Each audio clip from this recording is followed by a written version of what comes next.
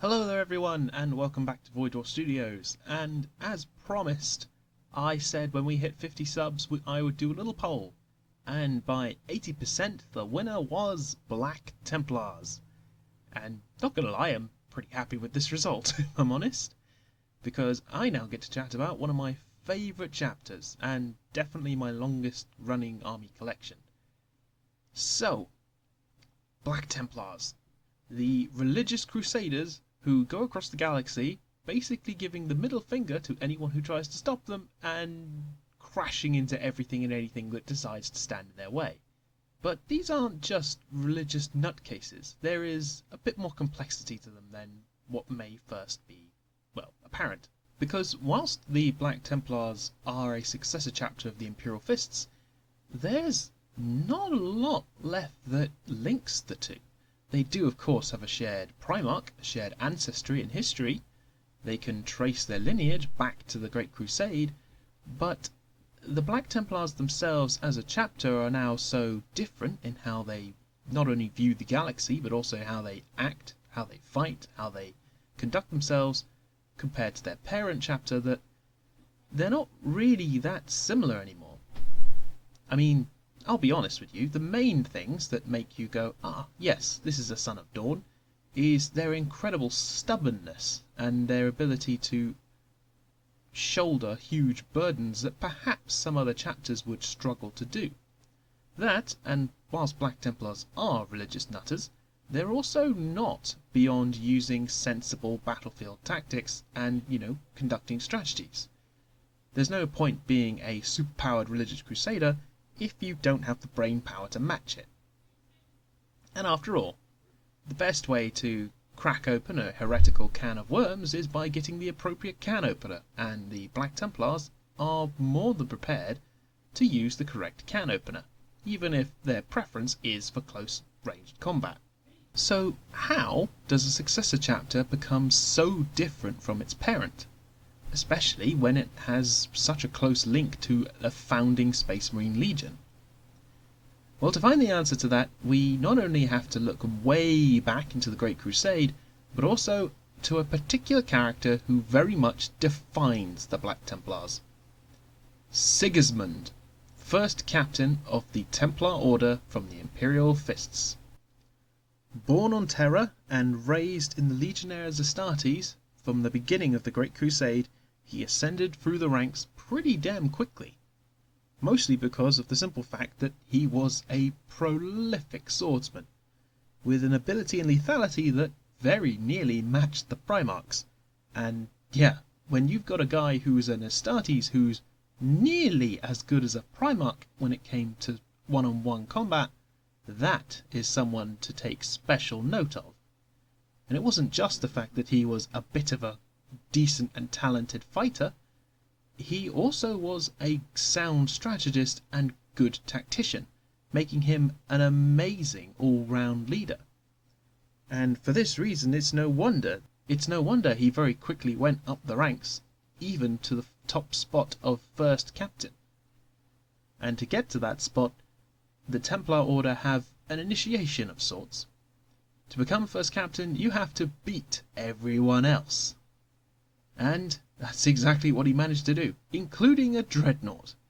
So, Sigismund was a prolific swordsman. He has gone toe-to-toe with some of the best warriors in the galaxy, and more often than not came out on top, with one or two rare exceptions. But this golden boy did have a flaw, and to put it simply, it was faith.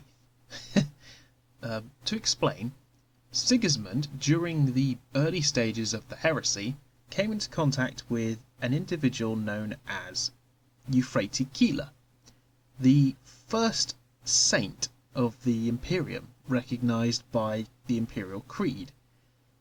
And Sigismund was, I think it's fair to say, a little shocked and a little shaken by the fact that faith was a thing, and he came to have faith. Euphrates gave Sigismund essentially a vision and two choices. One was that he could either take part in an expedition that Dawn was wanting him to head, and he was going to go and die.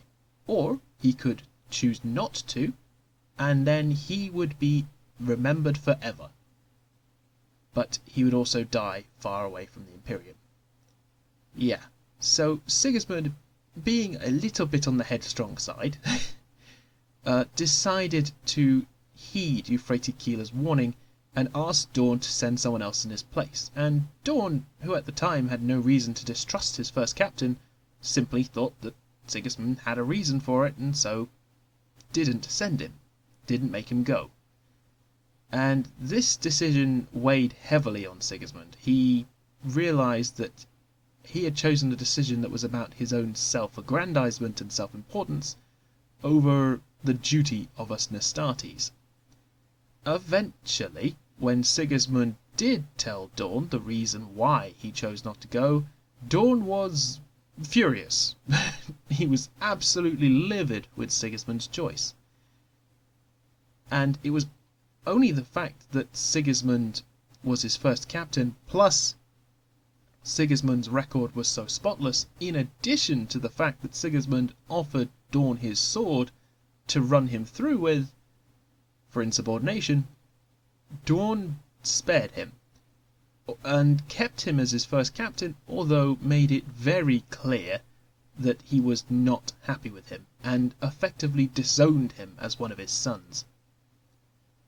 During the Siege of Terra, where the Space Marines of the Imperial Fists, the Blood Angels and White Scars were being besieged by the traitors, Dorn gave Sigismund the best arms and armour in the entire fort and basically told him to go and guard a gate and kill anything and everything that came close. In this way, Sigismund became the first Emperor's champion.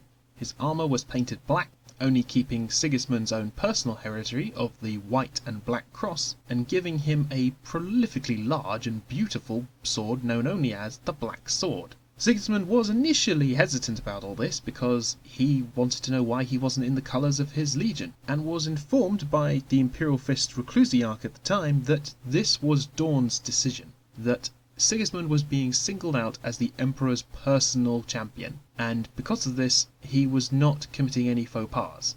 This was the Emperor's word as well as Dorn's, and that gave Sigismund all the confidence he needed to go forth and kill without worrying about his place in the legion, at least for the moment. Sigismund did this with gusto, and yeah, he killed the bejesus out of everything that came near, be they demons, Astartes, or anything else stupid enough to try and get through the gate.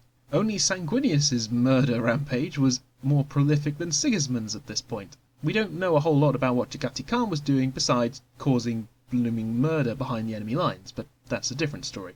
And Dorn must have still had some trust left in his first captain, because when Dorn went with the Emperor and Sanguinius and a small retinue to the Vengeful Spirit to try and tackle Horus, he told Sanguinius that he was in command until he returned.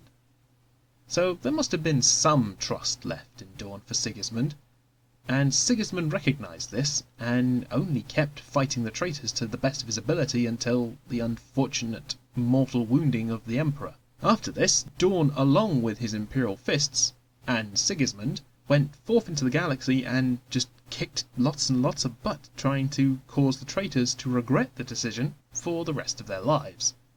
And for their very short lives, if the Imperial Fists had anything to say about it. We now come to the whole escapade where, well, Guilliman was keen to split up all the legions. And as I've previously mentioned, Dorn was not happy about this plan at all. And it was only through near civil war that Dorn eventually relented and changed his mind. However, his legion was not particularly fond of this idea either, and it was only after a conflict with the Iron Warriors, where Dorn's legion was almost broken to pieces trying to dig the Iron Warriors out of their fortified hole, that the legion itself relented and decided to split itself into chapters. Now, one of these chapters was the Black Templars, of course led by Sigismund, and you will notice that the majority of the Black Templar recruits, who are not only part of the Templar Order, but also were ones who venerated Sigismund's example. Ironically, the whole faith thing was really hard to keep out of the Legion, especially once Sigismund kind of, continually demonstrated how awesome he was. It was hard not to be impressed. And Dawn decided he wanted to keep those elements of his legion as split apart as possible, as whilst he would never forgive Sigismund, he also did not want Sigismund around to pollute the Imperial Fists any further. So Sigismund decided to prove his worth and to prove the valour of the Imperial Fists and his new minted Black Templars, that he would swear an eternal crusade. His chapter would never rest, never stop, never ever take a break from crusading around the galaxy, killing every Xenos or heretic they find, and basically piling their corpses up into mountains that Khorne would be impressed with. Of course, this is all in service of the Emperor, not some angry rage demon. And this is kind of what the Black Templars have just kept on doing. They have never stopped for over 10,000 years. They have continued to crusade across the galaxy and butcher everything in their way. The main thing, of course, is that Sigismund, now the first High Marshal of the Black Templars, decided that Abaddon, as well as the traitors, were going to return. Even though they'd fled into the Eye of Terror, he was under no misbelief that they were going to come back. Unfortunately for Sigismund, they came back when he was no longer in his prime. He was ancient by Space Marine standards at this point, and Abaddon was still very much youthful thanks to the whole timey-wimey shenanigans of the warp. And so, in one final duel, Sigismund fought Abaddon, the now chaos-empowered representation of the Chaos Gods.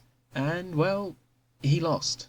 He, whilst dealt a mortal wound to Abaddon, because of his new chaotic powers, it was just too much for the ancient Space Marine. And in a very, very rare, almost unheard of moment of mercy? Maybe not mercy.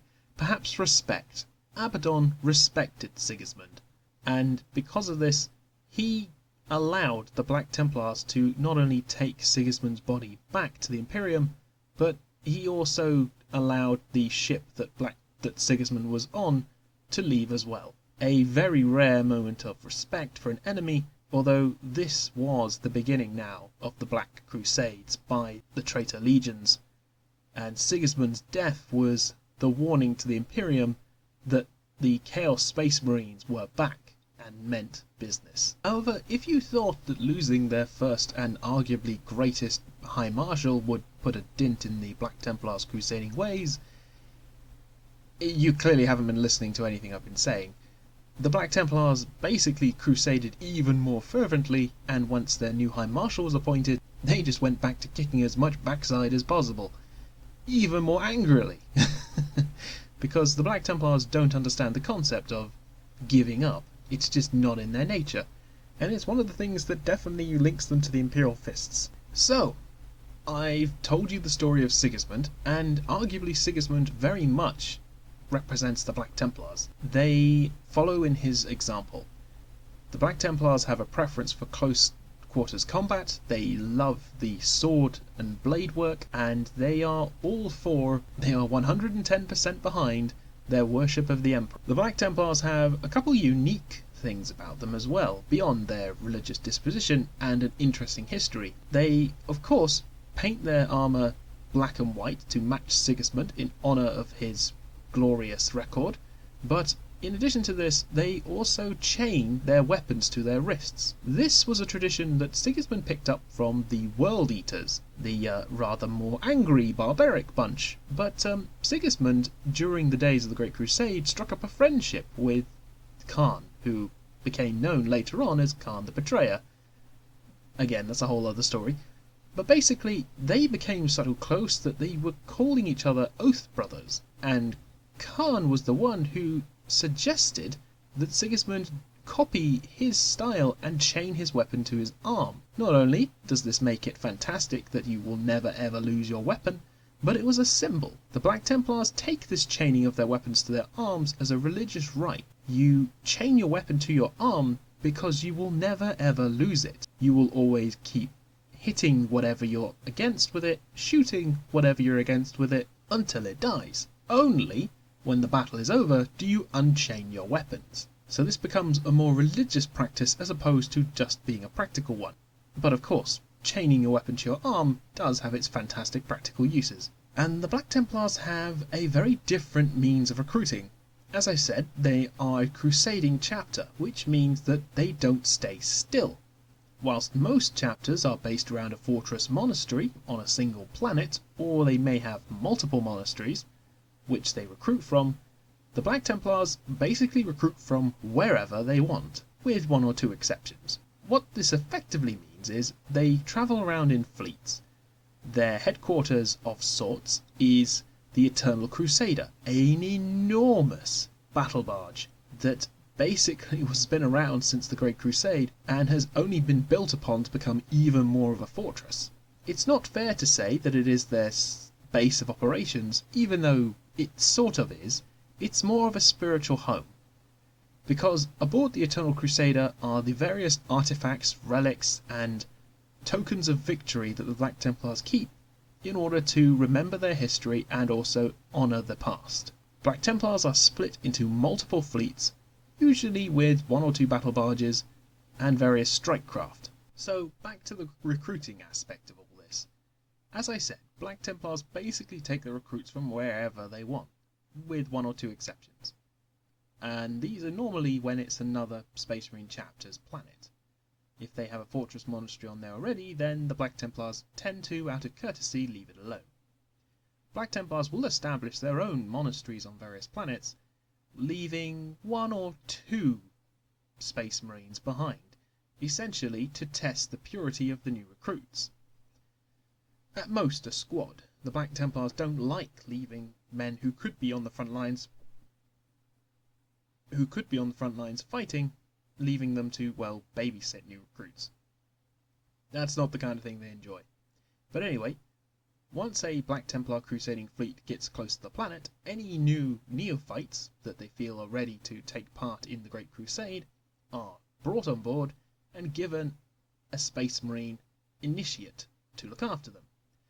This relationship is very much an apprenticeship, a squire-knight mentality. Every single neophyte will be paired with an initiate, what the normal chapter would call a battle brother, and they will fight side by side. The neophyte learning his trade from the Space Marine, and, well, eventually, if he survives everything, he'll become a Space Marine himself and given his own black carapace and all the funky power armor he can get his hands on.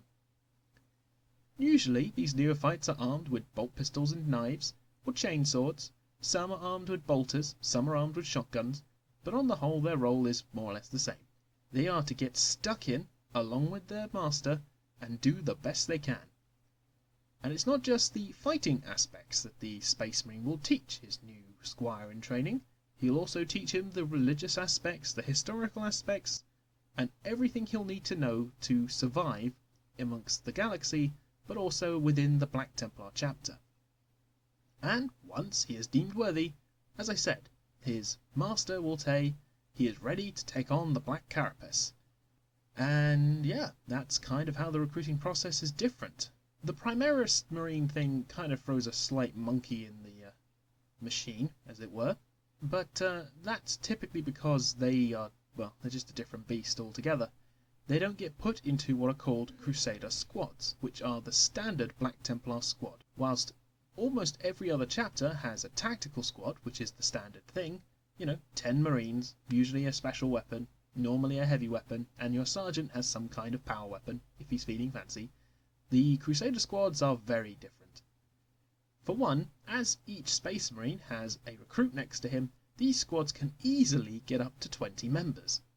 And once you hit this kind of size, you have an awful lot more flexibility. Whilst most of your squad should be geared up for close combat, because that is where Black Templars excel, and that is where they prefer being, you can give the entire unit bolters, which would mean that that's a lot of firepower coming down the way, and the initiates and their squires, the neophytes, are not bad shots. They're just as good as their Space Marine counterparts almost, just lacking the training and expertise and that wonderful, wonderful power armor. But here's where the fun begins, and why the Crusader squad, in my opinion, is one of the best squads out there. You can have 3 specialist weapons. So your sword brother, your sergeant for the squad, can take power weapons, or a pistol, a fancy gun. You can take a special weapon, which can be a plasma, a melter, or you can take a flamer. And in addition to this, you can have another Space Marine take a power weapon or a heavy weapon if you so choose.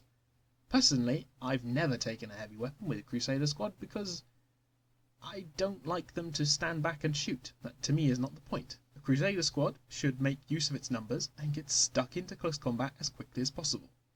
And to help facilitate this getting stuck into close combat as fast as possible, that is where the Land Raider Crusader really makes the Black Templars happy Space Marines. Because the Black Templars discovered long ago that running across the field without any kind of protection is a bit haphazard and is a very easy way to lose your recruits. As they don't have a scout company, mostly because the Black Templars don't really feel they need one, well, that's not quite true. They do have scouting elements because they will send their neophytes off on missions and they will act effectively as scouts, but they do prefer to have them close at hand, not only to block bullets, not block bullets, they like them close at hand so that they can actually train them. Yeah, that's it. But yeah, they found out that trying to trudge across a battlefield is really haphazard and is an easy way to lose your recruits. So, when they discovered the construct template for the Land Raider Crusader, they were all over that thing. Because when you can carry 20 Marines across the battlefield, or up to 10 Terminators, that is all kinds of fun. Because the Land Raider Crusader smashes through walls, dumps its cargo after firing lots of smoke grenades, and then you come charging out with your chainsword and bolt pistol and get stuck into the fighting where you should be. And that is why the Land Raider Crusader, got the name Crusader, because the Black Templars made it famous because they absolutely adore this vehicle and the options it gives them. Now, do not be mistaken when I describe the Black Templars in thinking that they are complete zealous nutters who don't know how to use any kind of tactics, because that's simply not true. Black Templars do have access to lots of heavy weapons and firepower. So if they need to crack open a nut with a different kind of wrench, they can. It's just that the Black Templars realised a long time ago that when you're a superhuman Space Marine, the best place for you to be is in combat, where you can make the best use out of all your advantages. And, well, Black Templars love getting into close combat, so it suits them perfectly. The hierarchy structure for Black Templar crusading forces is also very different, and how they're deployed is very different from a standard Space Marine army. So let's start with the structure, shall we? There is, of course, the High Marshal at the very top. At present, the High Marshal is Helbrecht, arguably one of the greatest High Marshals since Sigismund, and he has led a number of fantastic campaigns, and he has gained quite a massive reputation for being an impressive Void commander. And when I say Void commander, I mean he's very good in spaceship battles. But he's also a prolific warrior in his own right, and definitely exemplifies the zealotry might of a Black Templar crusade. Below him will be the various heads of their different departments, so you'll have the Chief Apothecary, the Master of Sanctity, Reclusiarchs, you'll have Dreadnoughts, you'll have the Tech Marines, all that kind of stuff, which will be distributed amongst the Crusades as and when required. But if we go back towards the officers for a minute, below the High Marshal you will have a Marshal. The Marshal will be the one in charge of a particular crusade. To put this in context, he is the equivalent of a captain in a standard Space Marine chapter. The Marshal will then pick, and this is a key difference between a lot of various chapters, the Marshal will pick his staff. Before he goes off, he will pick his staff, and they will be people he trusts, people he's worked with before, and people who he understands how they function. And these people who he's trusted will in turn pick squads that they also trust, and that they also have a good understanding of and a good repertoire with. In this way, Black Templar Crusades can be almost anything. You could have a Tech Marine, as part of the staff. You can have an apothecary, you can have almost anything. Although it is fair to say that almost every single crusade will have at least one chaplain, because the Black Templars love their chaplains. The chaplains just inspire them to greater feats of zealot madness, and just, whip them up into a frenzy and make them all fantastic and killy and stuff. By far the most famous chaplain in the Black Templar crusading forces is High Reclusiarch Grimaldus. This guy is amazing, frankly. If you don't know anything about Black Templars, read Hell's Reach, and you'll understand all you need to know about the Black Templars. They're not necessarily the most friendliest bunch, they might not necessarily be the kindest, but my god do they love killing heretics, and by god do they mean to make sure that you pay for every centimetre of ground for it. So anyway, below the Marshal will be a Castellan. These will be your lieutenants, for want of a better word, and the Marshal will direct lieutenants to the various aspects of the fight, and they will be his eyes and ears throughout the rest of the crusading force. And of course the bulk of your crusading force will be made up of crusader squads. Now, depending upon the need of this particular crusade depends on how many crusading squads you have, as well as other elements, because these elements will be given to you as and when are required, necessary or available. And it's because of this that Black Templars can be almost everywhere. The standard Space Marine chapter is allowed a maximum of 1,000 battle brothers. The Black Templars have at least 6,000 Space Marines, and God only knows how many neophytes. And good luck to any poor Inquisitor who tries to count them, because these fleets don't stay still, and by the time you've counted one fleet, there is absolutely no reason to think that that fleet won't have picked up another 1,000 neophytes. This complete and utter disregard for the Codex is pretty standard to the Black Templars. When their legion was split and they were told to follow the Codex Astartes, the Black Templars went nuts to that, and they follow the example of Sigismund instead. And this is probably one of the reasons why Dawn wanted to keep them as far away from the Imperial Fists as possible, because, well, they really don't care about the Codex at all, in any way, shape or form.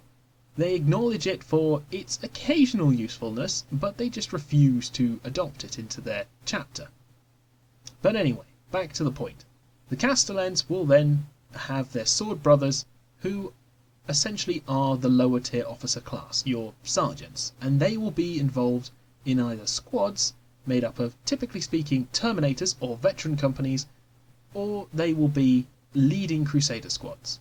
And there you have it, more or less the hierarchy of the Black Templars. Oh, but I'm so sorry, I almost forgot one of the defining features of the Black Templars. A unique position of authority. The Emperor's Champion. Now, the Emperor's Champion is a little confusing, so I will try and keep this simple. So, in simple terms, the Emperor's Champion is a picked individual who will go out and perform a specific task. This normally is the beheading of a particular warlord, or killing a monster that's been terrorizing the battlefield.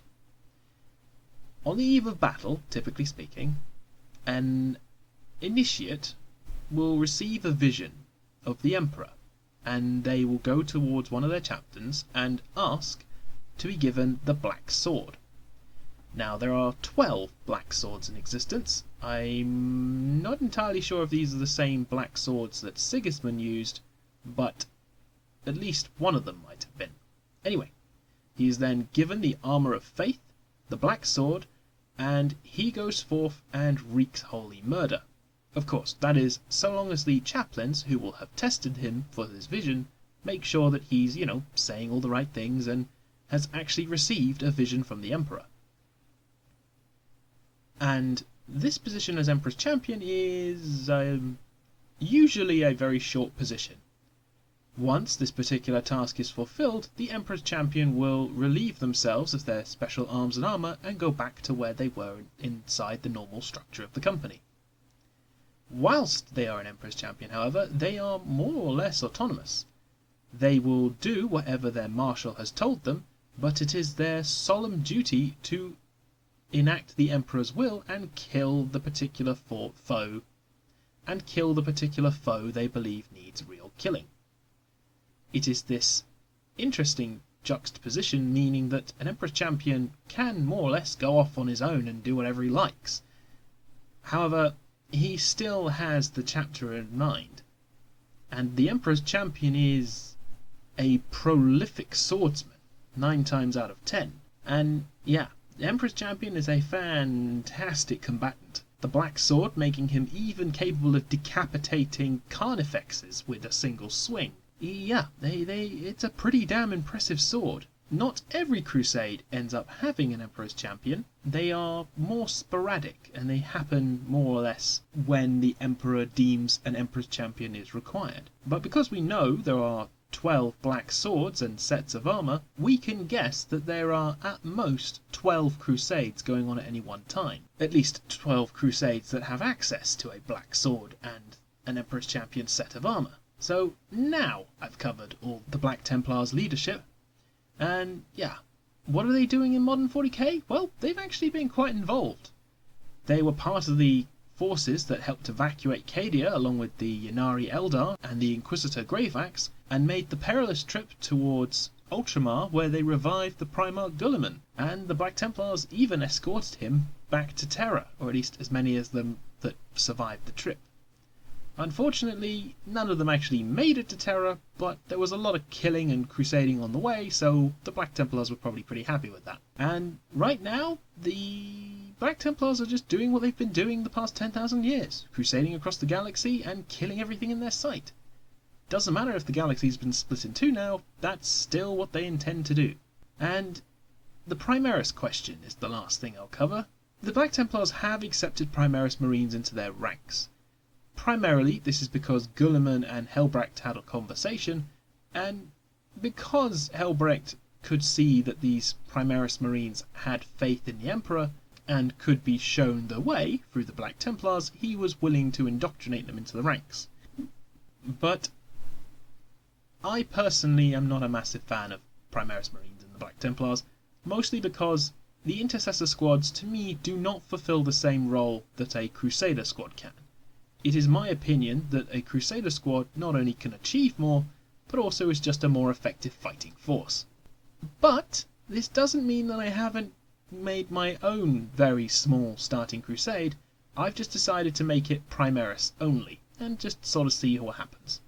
I will probably end up using the Indomitus box, when it eventually turns up, to make the bulk of this crusade. But anyway, that is my Black Templar video. I just wanted to say thank you everyone who's watched this. I really appreciate it. Thank you all for your subscribers. I mean, we've now hit over 70 by the time I've made this, and that's incredible. I genuinely am speechless. I really appreciate the support and love you guys have been giving me. If you have the time and the money, please take a look at the Patreon page. For £3 a month, you will get access to early content. Literally the only thing stopping me right now is internet issues, but once I've moved into Honiton, once I've moved into my own place with my partner, internet won't be such an issue. Anyway, I want to again thank you all so much for your support, and I hope you're all having a fantastic day wherever you are. Take care everyone.